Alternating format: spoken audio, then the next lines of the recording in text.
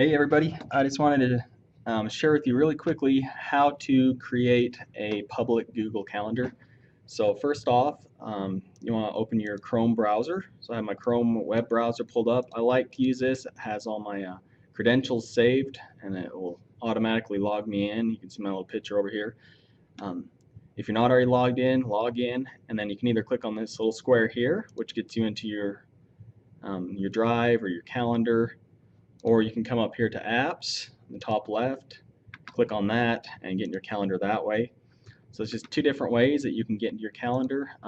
If you don't use Chrome and say you use like Internet Explorer, you can pull your Internet Explorer up and just go to Google and get to it from this way. You just have to sign in and then same thing. Okay, so I have my calendars pulled up, and right now it's showing, I believe, the school one here. And you look down here on the left and it has a list of calendars. So there's my calendar, there's a CT calendar. So I have different calendars listed in here. If you want to create a calendar, you don't click up here. This actually creates an event. So I don't want to click on that. What I want to do is come down to this arrow and click it, drop down the menu, go to create new calendar. And I could say like CTE intro or whatever class.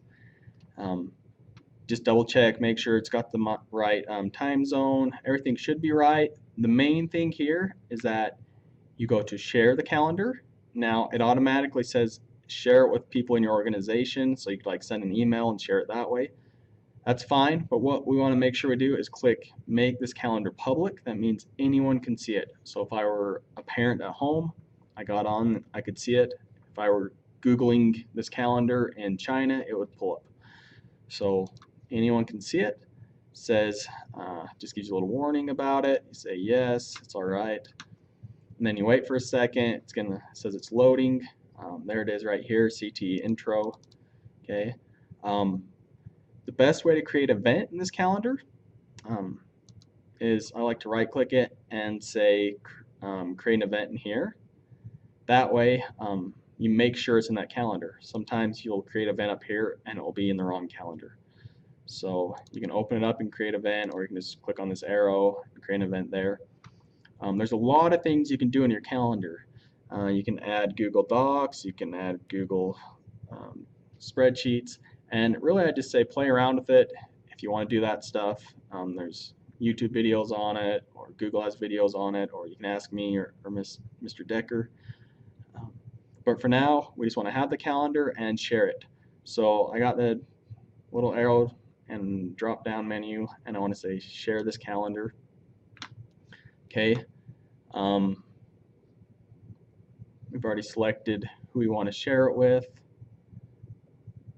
Okay, one second. Actually, that's not what I wanted to do.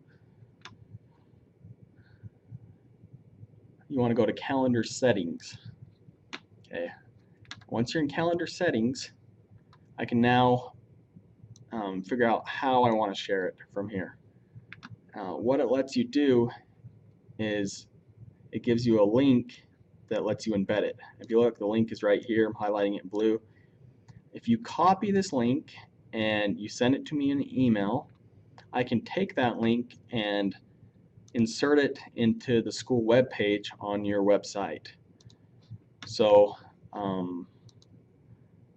just for an example, if I go to our school website and I go to faculty and I go to well, let's just do it this way, faculty, and I go to Miss Jacobson's webpage and I go to students. She has had me insert that link, that embed link on her website for 2 calendars for 4 of her classes, and she can go into her Google calendars and actually change stuff in there, and as she changes it, it changes it in here.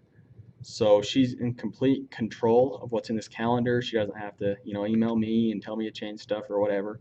It's totally under her command. She can do whatever. She has homework due dates. She has, she's going to be having a review, whatever. She can put whatever she wants in here. So it's really nice. It's handy. something that you could use in your classroom, I think would be beneficial. If you have any questions about it, let me know. You can contact